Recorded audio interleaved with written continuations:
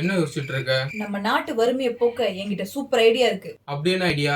நம்ம நாட்டுக்கு தேவையான பணத்தை நம்ம கவர்மெண்ட் தான் ரிசர்வ் பேங்க்ல அச்சடிக்கிறாங்க. அப்ப எக்கச்சக்கமா பணத்தை அச்சடிச்சு மக்கள்கிட்ட கொடுத்துட்டா வறுமை போயிரும்ல. நீ சொல்ற மாதிரி பண்ணா நாட்டுல இன்ஃபிளேஷன் வந்து நாடே நாசமா போயிடும். இன்ஃபிளேஷனா அப்படின்னா? நீ சொல்ற மாதிரி இஷ்டத்துக்கு பணத்தை அச்சடிச்சு மக்கள் கிட்ட கொடுக்கறோம் அப்படின்னா மக்கள் கிட்ட பணம் அதிகமா இருக்கும். ஆனா நம்ம நாட்டுல உற்பத்தி ஆகிற பொருட்களோட அளவு அதே லெவல்ல தான் இருக்கும். அப்போ மக்கள் கிட்ட பணம் அதிகமா இருக்கு அப்படின்றதுனால மக்கள் எல்லாருமே ஒரு பொருளை வாங்கணும்னு நினைப்பாங்க. ஆனா அந்த பொருள் குறிப்பிட்ட அளவு தான் இருக்கு அப்படின்னும் போது அந்த பொருளுடைய டிமாண்ட் அதிகமாகும்.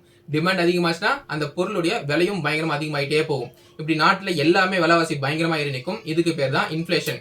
இப்போ 10 ரூபாய்க்கு உன்னால ஒரு பொருள் வாங்க முடியும் அப்படின்னா நாளைக்கு நீ சொல்ற மாதிரி பண்ணோம் அப்படின்னா 1000 ரூபாய்க்குமே ஒரே ஒரு பொருள் தான் வாங்க முடியும். அப்ப நம்ம பணத்தோட மதிப்பு பயங்கரமா கம்மியாயிடும். நம்ம நாட்டுல எல்லா பொருளுமே விலைவாசியா இருக்கு அப்படின்னும் போது நம்ம நாட்டுல இருந்து வெளிநாட்டுக்கு ஏற்றுமதி செய்யற பொருட்களையுமே பயங்கரமா விலைய வச்சுதான் வைப்போம். அப்ப வெளிநாட்டுக்காரன் வாங்குறவன் என்ன சொல்லுவான்? உன் கண்ட்ரில பயங்கரமா விலைய வச்சு விற்கிற, எங்களால இந்த விலைக்கு வாங்க முடியாது, நாங்க வேற கண்ட்ரில இந்த பொருளை வாங்கிக்கிறோம் கம்மி விலைக்கு அப்படின்னு சொல்லி நம்ம கூட இருக்கிற வணிகத்தை ஸ்டாப் பண்ணிடுவான். இப்படி சுத்தி இருக்கிற எல்லா கண்ட்ரியுமே நம்ம கூட இருக்கிற ட்ரேட் ஸ்டாப் பண்ணிட்டாங்க அப்படின்னா நம்ம நாட்டோட நிலைமை என்னத்துக்கு ஆகும்? சோ இதுக்கான தீர்வு பணத்தை அதிகமா அச்சடிக்கிறது கிடையாது, நம்ம நாட்டுல உற்பத்தி அதிகமாக்குறது. ஒரு பொருளுடைய உற்பத்தி அதிகமாச்சு அப்படின்னா அதனுடைய டிமாண்டு கம்மியாகும். டிமாண்டு கம்மியானா விலையும் கம்மியாகும்.